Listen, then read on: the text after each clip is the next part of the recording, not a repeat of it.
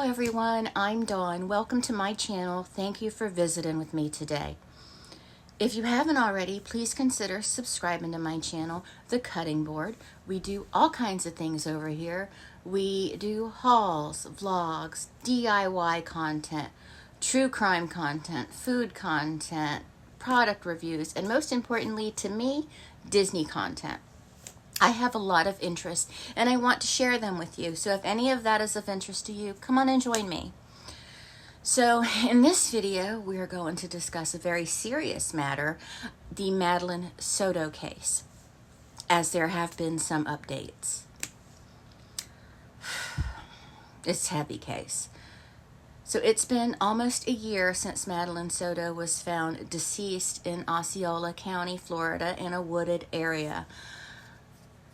The community of St. Cloud honored her for her birthday. She would have been 14, the age of 14, on February 22nd. The community held a service of remembrance for Madeline, hi baby, at Lakefront Park. For those who don't know, Madeline Soto, who turned 13 on February 22nd, 2024, was reported missing on February 26, 2024. And on February 29th, Stephen Stearns, who was Madeline's mother's boyfriend, was arrested as the prime suspect in Madeline's disappearance.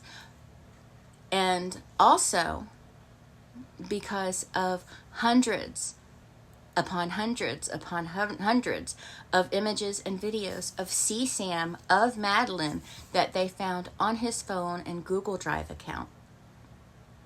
Police found Madeline's body on March 1st. At this time, Stephen Stearns had not yet been charged with unaliving Maddie, but he was the primary suspect. And on March 12th, 2024, Stephen Stearns was charged with 60 counts, including 8 counts of S battery on a child under 12, 5 counts of S battery with a child 12 to 18 as a familial custodial authority, 7 counts of lewd or lascivious molestation, 40 counts of unlawful possession of materials depicting a performance, you know what kind of performance, by a child, 10 or more images. So that's 10 or more images per count. And I believe it was somewhere over 1,700 photos at this time, but there's more coming up.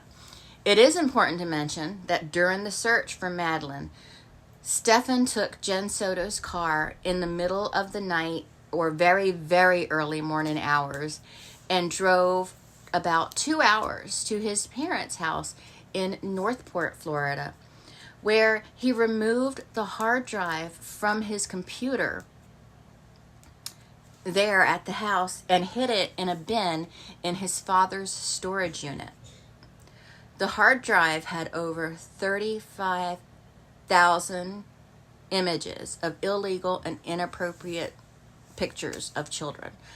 On April 24th, State Attorney Andrew Bain and Kissimmee Police held a news conference to announce that Stephen Stearns was indicted on first-degree charges against him for unaliving Madeline.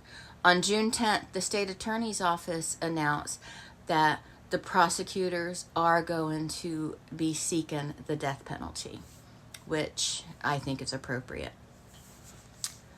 And that's just my opinion. I know that it's not always a popular opinion, but if anyone deserves it. The defense has submitted many motions, which is normal in any case.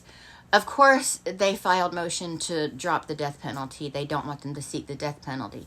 They filed motions to throw out what was found on the cell phone because they say it was an illegal search. But I don't know how they can say that when he willingly handed over his phone. He willingly gave it up. According to Stephen Stern's attorney, though, he was given no choice regarding the seizure of his phone. But they asked if they can take it. I heard the interview with police when he gave his phone to them, and he did have a choice. Of course, he thought he was in the clear because he factory reset his phone, but of course, nothing is gone forever, not where the internet is concerned.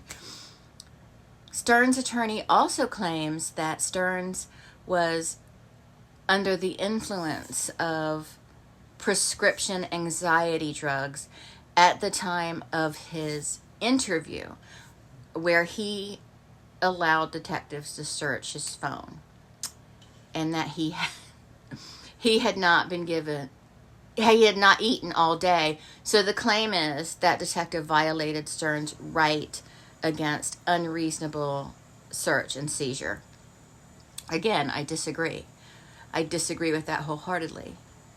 A lot of people are on anxiety drugs. They still know what's going on, around them. But I understand that the defense attorney has to throw, all the noodles at the wall, so to speak, and see what sticks. And here's the thing with that. Say they do get the phone thrown out. They get all the images thrown out, and that's the evidence that proves what he'd been doing to Madeline for years. Then he might get away with that, and we all know he did it. He will not be safe anywhere. I'm just saying. But they're not making, the defense is not making any unusual requests. This is par for the course in this type of case. The defense is also asking a judge to ban the public and members of the press from his pretrial court hearings, citing that the spread of information presented in the hearing would prevent Stearns from receiving a fair trial. But we have to look back and remember the Casey Anthony case. The public and reporters were allowed in the courtroom. I'm sure Jose Baez tried to get them, blocked, but they were allowed in the courtroom during all of the proceedings, and it did nothing to hurt her defense, nothing at all. Obviously it didn't, because she was found not guilty, which I understand why, but it's still, we know. But it's not what you know, it's what you can prove in a court of law. The defense says, and this is a quote, "This case has been the subject of unprecedented and highly prejudicial publicity and media attention in Osceola County, adjacent areas of Osceola County, a majority of the state of Florida, outside the state of Florida, and even internationally." Yes, because we do not like people who do what he did to children. We don't like them. Again, it was the same with the Casey Anthony case. Granted, there was nothing sexual involved in that. And anyway, it did not hurt her defense. The motion from the defense also says, and this is another quote, "At every court proceeding, however minor or inconsequential, there has been extensive coverage by the press as well as social media users on YouTube, TikTok, Twitter, and Facebook. It is anticipated that the press will continue to be active and aggressive in the coverage of all events and proceedings in this case." Well, that's because your client is a monster. He's a heinous beast who did unspeakable things to a little girl for years, and also had thousands and thousands of images of CP on his hard drive and a couple thousand on his phone. And a lot of them, all the images on his phone and cloud were of Madeline. I don't know how many, if any, of the images on the drive were, but I don't know. Sorry, I'm getting heated. So that motion was filed regarding his CSAM trial, but a similar motion was also filed in the homicide case. The defense has also filed motions to suppress and exclude evidence. Well, that's what they need, evidence. And keep in mind, these are just motions. They can all be denied by the judge, and most of them, if not all of them, probably will be. I just feel that. The S battery case has been postponed, so he is expected to stand trial for those crimes, 60 counts, sometime between May 5th and May 21st, long before the homicide trial. Now let's revisit some interview clips from when Madeline was first reported missing. This first clip is the initial reporting, like with the officer present. I believe they're all at Jen Soto's mother's office. Jen Soto is Madeline's mother. Yes, this is Mom. This is Mom? Okay. Hey there. Hi there. Hey there. Hey there. What's going on? So, my daughter was dropped off close to school this morning, but never made it. I went to pick her up from school. I'm sorry, one second. Yeah. Go ahead, sir. Are we looking for another kid, or we have a kid? Looking for another one. Alright, so people are still on the scene. Let's put that out. Any possible location? How long? 13. I'm trying to get there right now. Absolutely. Okay. Alright, So she was supposed to be dropped off at school, didn't make it to school. Didn't make it to school. I went to pick her up from school today, Okay. and she never came out. They announced it over the speaker, and I'm just like, maybe she walked here, because sometimes she'll walk here to this office. I came here, nothing. I went back to the school, they were closed. I got an email from the school saying she was absent, but I also messaged her teacher, and he looked at her entire attendance today and saw that she was completely not at school today either. Okay.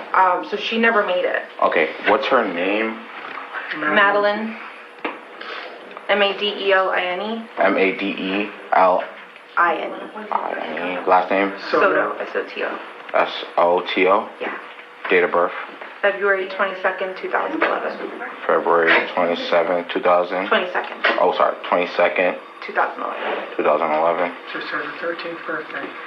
14, 13. 18, Charlie, 45. I can't speak on how anyone else would react, and I don't know Jen Soto's baseline, of course, but I just feel like if my child was missing, I would not only be upset, I'd also be very suspicious of the last person that saw her alive. And he's standing there, giving police info like he's Maddie's father or something. It's just, he's disgusting. Standing there knowing full well what happened to that little girl. I feel like the public was suspicious of him already. That is a natural response. Blame the boyfriend or the mother. Why? Because he came off as suspicious and creepy and odd from the beginning. The way he was lurking in the background during his television interviews. No, that doesn't always make someone guilty, but in this case, he looks pretty guilty, and of course we know why now. And based on the evidence we know about, he is, allegedly. But yesterday, for some random reason, she wanted to be dropped off at the church. I don't know if she's ever been dropped off at church before. No, she has told me. Okay. So, according to Maddie's friend, she did not prefer to be dropped off at the church. That wasn't a preference for her. Stern said she wanted to be dropped off at the church. Several times, citing that she was embarrassed by his car. But he said that several times in interviews, which we all know is a lie anyway. She was already deceased before it was even time to go to school. Yeah, but you slept on the pillow this morning. No, that's right. I snuggled with the pillow. That's so creepy. I snuggled with her pillow. And he uses that word snuggled a lot in all these interviews. We've heard him use the term snuggle in reference to Maddie several times, and I just thought it was important to point out how incredibly creepy he is. So weird. You want me to go through the whole timeline? Yeah, we'll start with Sunday. Take me through Sunday. Sunday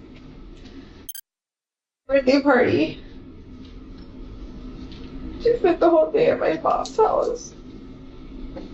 We celebrated with the whole family. I was at work. I just started a new job last week or the week before. She had the best day. She was so happy when I got home and I saw her. At my house around 8:30 that night. I wasn't home. She got dropped off alone. About 10 to 15 minutes later, Stefan showed up. At your house in Kissimmee? At my house in Kissimmee, he called me. Or he texted me, I'm not sure. But he let me know he was there and that she was getting ready for bed. She was doing her routine. Again, I don't know Jen Soto's baseline, but I do know bad acting, and this sounds very performative to me. It does. I'm not saying I'm right. This could just be her and how she is, but it seems, again, very performative, in my opinion. Look, it's Alan. Also, she's saying Stefan arrived that Sunday night. Not that I think it even matters when he arrived, but listen to this next clip of Stearns. And what does your time splitting look like? Are you here for days, weeks, months, something else? Weeks at a time, yeah. And so, I guess, when did you arrive this block of time that you were here? Day before yesterday, actually. So, what night? In this clip, he says he got there Saturday. This could just be said in error. Who knows? I mean, who really knows? And again, I don't know that it really even matters. I just thought I'd point it out. It could be a matter of if police are trying to determine if he and Jen have a story lined up together, that they planned a story and they're getting their facts straight or not. But again, I don't know. You been here? Or when did he arrive, rather, this time? I can't remember if he arrived Saturday or Sunday morning. Both he and Jen sound so exhausted all the time. I guess it would be normal in this situation, but it's all the time. In every interview, they're just like sloths or something. You know, like they'd rather be sleeping than doing anything else. But anyway, more inconsistencies on when he arrived. Again, I don't think it matters, but it might matter to the police for whatever reason. The living situation with them, I'll be honest, seems weird. It's weird to me. She's got a bedroom downstairs. What's kind of the mindset or the thought process, the communication you've had with Stefan about, she's not going to sleep in her bed, but you guys are going to go sleep in the guest bedroom? It wasn't until June that he got his own bedroom and I sent him upstairs. That's where the requests for sleepover started. Okay. And I kept telling her no. I'm not comfortable with that. They really wanted to watch something and I was really tired. And I said, okay, fine. Go ahead, but this can't happen often. I allowed her to go upstairs and sleep with him. But honestly, I think I can count on one hand how many times that's happened, and it has been many times that I've allowed her to have a supper party with him, to be alone in a bed with him. That sleeping arrangement is unacceptable. No matter how you spin it, it's not okay. It's just not. White Crocs. Either blue or black pants. I think black shorts. Black shorts? Yeah. Black shorts? So Jen said she did see her, then said she didn't see her, but also wrote that in her statement and said this during the initial reporting of Madeline, reporting Madeline missing.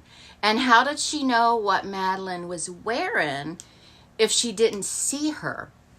Of course, if she's anything like my mom, which I don't think she is, but if she's anything like my mom, the clothes were laid out the night before.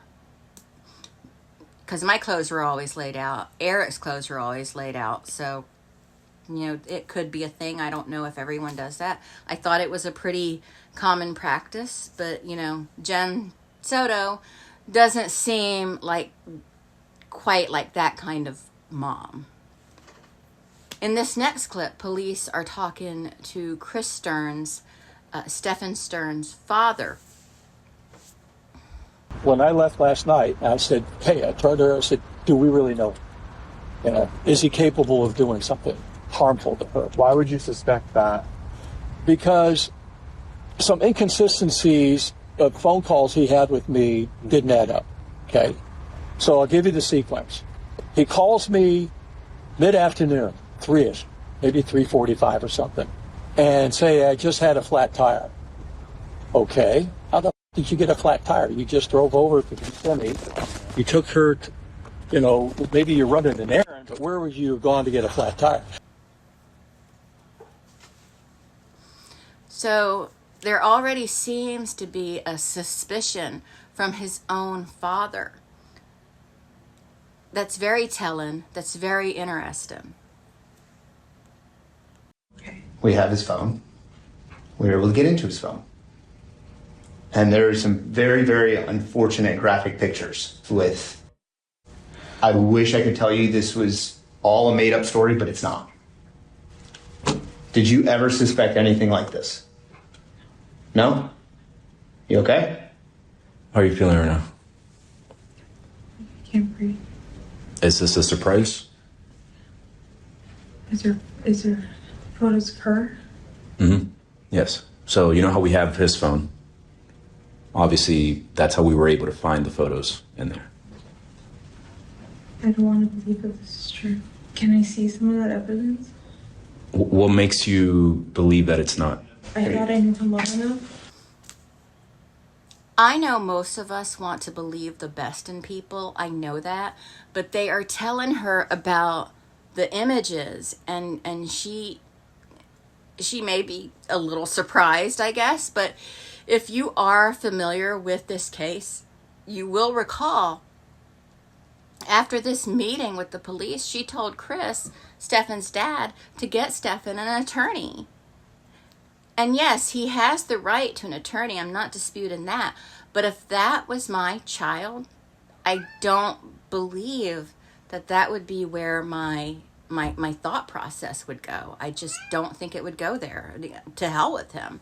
Again, she's not me, I'm not her, but I just don't find her affect lining up with that of a mother whose child is missing, and that this information about CSAM of her daughter is being revealed to her. It doesn't necessarily mean she's not upset or surprised, but her affect, again, does not line up with what was just revealed to her. Do you know what I'm saying? Like, the affect doesn't seem right.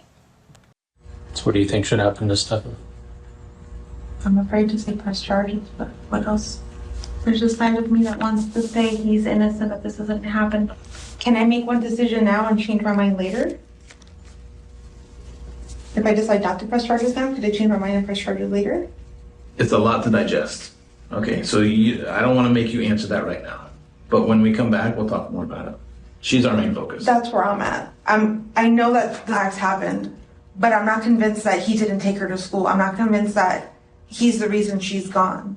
Because if this had been going on for so long, what's the motive? Why Monday? Why that day? Why the day after her birthday when we were supposed to spend the entire week together and have such a great time? Like, we had plans. Like, we knew. we were just gonna be together that weekend. We were gonna have a good time. So I just can't think like, why? When you say what's the motive, what are you assuming? That she was taken. Not that anyone that I know has done something to her, because I feel like nobody I know would do something to her, would hurt her, would murder her, anything like that. So this clip is heavy. She doesn't know if she wants to press charges against the man that did this to her young daughter for years. First of all, I don't really think it's up to her whether he's charged with this or not. That's out the window. And really? Really? She has to think about it? Really? And then, come here, baby. And then she wonders, why now? Why would he do this now? We have plans. It looks like he threw a wrench in the plans, Jen. Yes, I still would want the police to find her, but, you know, there would be no question at all in my head that he was a monster and that he did something to her. He needs to be put away. He needs to be put down. And to still not be suspicious of him in Madeline's disappearance? Really? This woman blows my mind. She does.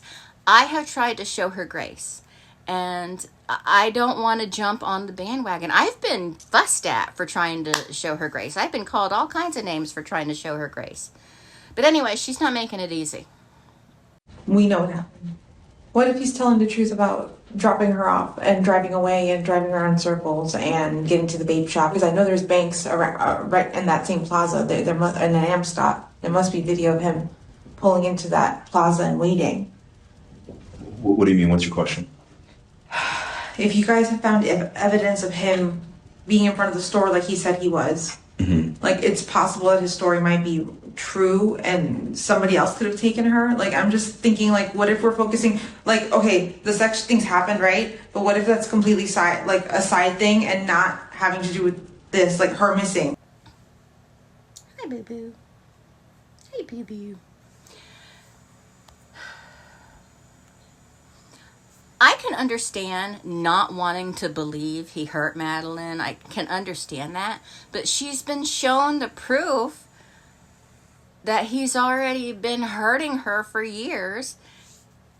I don't know why she would think he wouldn't have killed her and hid her body. Why is she still, like, protective of him? What is going through her head? She can't be this clueless. I think at a certain point throughout this relationship, you became aware of it. And for whatever reason, your reasons are your reasons, whether it was discussed that it would stop, whether it was discussed how it would go, that you feel some sense of guilt. A lot of the news statements you've given kind of, again, my opinion only, I don't speak for anybody else, whether it's in this room or out of this room, bother me. I feel like some of your sadness is not real sadness. I feel like when you gave the interview with Fox 35, it was not sincere. Looking at that video one time, I didn't feel like your cries were sincere. And I'm not saying that because you're a bad person, but her going missing, her disappearance, if you have knowledge of how it happened, where it happened, an inclination, that emotion's not going to feel sincere because you're already aware of what happened. I would. It's almost becomes a lie at that point. If I knew anything, I promise you, I would tell you. Like, I am willing to take a lie detector test, whatever the you want, but I don't know anything. He's never mentioned anything. I've never seen any signs. I tried watching her like a hawk. I thought I was doing a good job, but I wasn't. I agree that I have a real hard time buying anything she said. And again, this seems so performative. And she's right. She wasn't doing a good job at all. She wasn't doing a good job at all. She provided him opportunity and a place to commit these acts against Maddie. Jen did that. She knew she was doing that. What am I trying to say? Anyway, she knew he was doing that, and she probably tried to blind herself with pills. Now, this next clip is a couple minutes, but I thought it was important to include. Have you talked to Chris about Stefan needing a lawyer? Yeah. When? I think when you guys showed me the photos. So we showed you photos. The No. first thought you had was to ask his father if he should get a lawyer? No. I knew that was true, right? That's evidence. That's for real. That's happening. But I kept thinking, they're going... I don't know why I can't tell you why my brain kept thinking, no, he didn't kill her. Not that he didn't kill her, but she's still missing. She's still out there. She was taken. Yes, he's done this to her, and that's not okay. But I swore I felt in my body she was still alive. She was still out there. I told Chris to get him a lawyer because I felt like you guys were chasing the wrong person. But you weren't. Because you offering him a lawyer is very weird. I know. You prioritized him by offering him or telling his dad to get him a lawyer. Not what the did he do? Not, hey, we need to figure out what happened. No, let's protect Stefan. I was in shock. No, that's not shock. That is your natural instinct to protect Stefan. I don't know why I said that. But that's the problem. You don't know why. Does your role in her life lead this to happen? I'll be honest. Yes. I know. Since she was a child, since her victimization started, it occurred under your roof and you acted like it didn't exist. And knowing the victimization, knowing how ongoing it is, knowing that you saw a picture of it, not just us telling you, not me and him saying, hey, listen, he's being... I think they had a bad relationship. They showed you a picture of it. And you still protected him. So how am I supposed to not think that the thought process in your mind is until she's found, Stefan can't be charged with murder? Because we both now know that you don't want him to be charged with murder because you want him to have a lawyer. No, I don't. That was then. He can't be charged with murder. That was then. Everything that you guys have shown me since then and have shown me that he's So we have to lying show you a this whole picture time? of her dead in a car for you to find.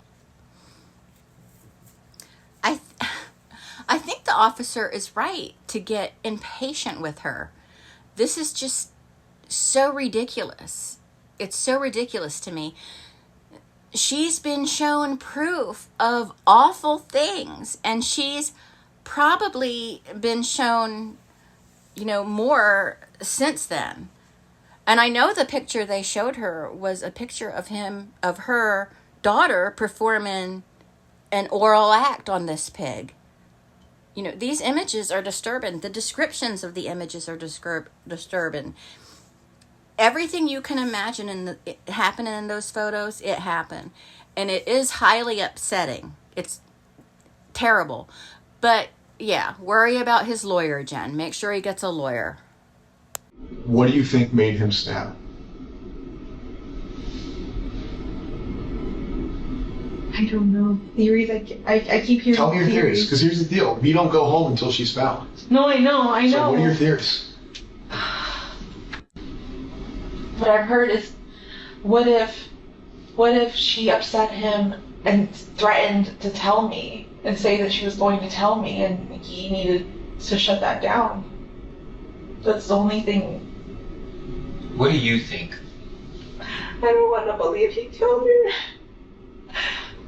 But from what you guys are telling me, he must have killed her Sunday night and snuck her body out in the morning. That photo you guys showed me of her slumped in the car. You don't want to believe he killed her. I want to believe she's still alive and that she got kidnapped, but that doesn't seem like that's the case at all. Yeah. I know my brain just wants to believe something else. I just want to believe she's still alive. She's out there. Explain your reasoning behind those assumptions and we'll move forward day by day. So he had access to benzos and I think Lunesta. What are those? I'm not familiar with that. Benzodiazepines are anxiety medications which relax you and can make you sleepy. Okay. And Lunesta, I think, is a sleeping medication, like for insomnia. So I don't know if it's possible he gave her something and she was drugged. In those photos that you showed me where you're saying she's dead, maybe she was drugged. But if she is dead and it was done upstairs, I could just only imagine that he choked her. I don't know how else you would kill someone and not leave a mess. And maybe that's true. That she doesn't want to believe the worst possible thing. But again, she still seems reluctant to question that Stefan had anything to do with Maddie's disappearance. You know what I'm saying? There should be, I mean, it's so obvious. If I were him and I had to stash a body, but I would never do this. My mind would say to go to Lake Toho. There's a lot of woods there, there's a lot of gators. Like I told you, there's going to come to a point where we will. Right? Volusia County Sheriff's Office just found somebody the other day that's been missing for a long time. People get found. Sometimes it's quick, sometimes it's not quick. But we will find her. What you need to think about is when we find her, is there an opportunity or a chance that we are going to prove that you did not assist us to your full capability in this investigation? And if that is true, you need to think about the consequences of that. Consequences of hindering a murder investigation or a capital sexual battery investigation could be punishable up to probably the same charges, the same time in jail. I know you know that I don't believe what you're saying, and I know you know that I think you prioritize Stefan, but you prioritize jail. You see what I'm saying? Like, if we come back and prove that you sat in this room and misled us, that you didn't lead us in the right direction, or that you assisted, or you acknowledged, or you knew, you're going to be mourning from jail. If I knew anything, I swear I would. I wonder what will come out at trial about Jen. I wonder if anything will come out at all. Me, personally, I think she knew. I think she knew what he was doing to Madeline. I do. And was drugging herself. She was complicit. And she was drugging herself to mute the guilt and to sedate herself to all that was going on. I don't think she had anything to do with it physically, but other than actually allowing it, which is horrific enough. But yeah, I believe she knew. And as for the 35,000 plus images found on his hard drive, that leads me to wonder. It's not the only thing that leads me to wonder if there are other victims. But if there were, I think they would have already come up in the investigation. Madeline definitely could be his first victim. He had to start somewhere. And I think he was looking for a single mom with a daughter, and the opportunity arose. PDFs are opportunistic, and this may have been his first opportunity to do anything like this.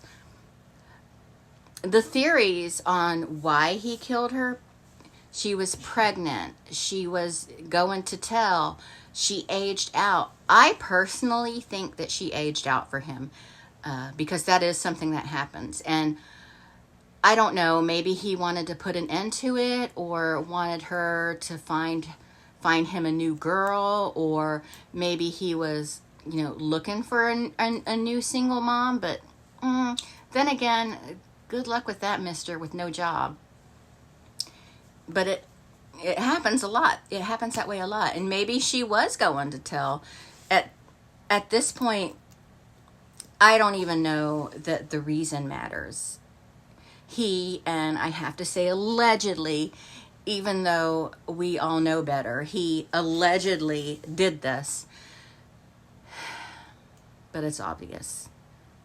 It's obvious he did it. He was caught on video dumping her backpack and dumping her school laptop in the garbage. He was caught on video with Madeline awkwardly slumped over in his car. He was caught on video moving what appeared to be a body, a human body, from the front seat to the trunk. He was seen in the area where Madeline's body was located. He has all that CSAM on his phone and his computer hard drive. The police know that he never dropped Madeline off at school or at the church near the school that morning. And he was the last person to see Madeline alive. And one thing that sticks with me, well, a lot of this case sticks with me, but one thing that I'm specifically talking about right now is Jen's Woody Allen comment. Jen said, "You can't do that to me." Not, "You can't do that to us," or "You can't do that to my baby." It's, "You can't do that to me." She's a meist. And when asked why she thought that, she said that her mother always taught her to never trust a man. So she didn't trust men, but trusted this loser to sleep in a bed alone with Maddie. And when you think of the whole thing, view the whole case, the whole picture, a lot of what Jen Soto has said does not add up. Again, I hate to jump on the bandwagon, but this is just a very odd case, and her reactions, her affect has been very odd, and she doesn't make it easy to see her in a more sympathetic or more positive light. But that's all for this video. Kindly leave your comments below.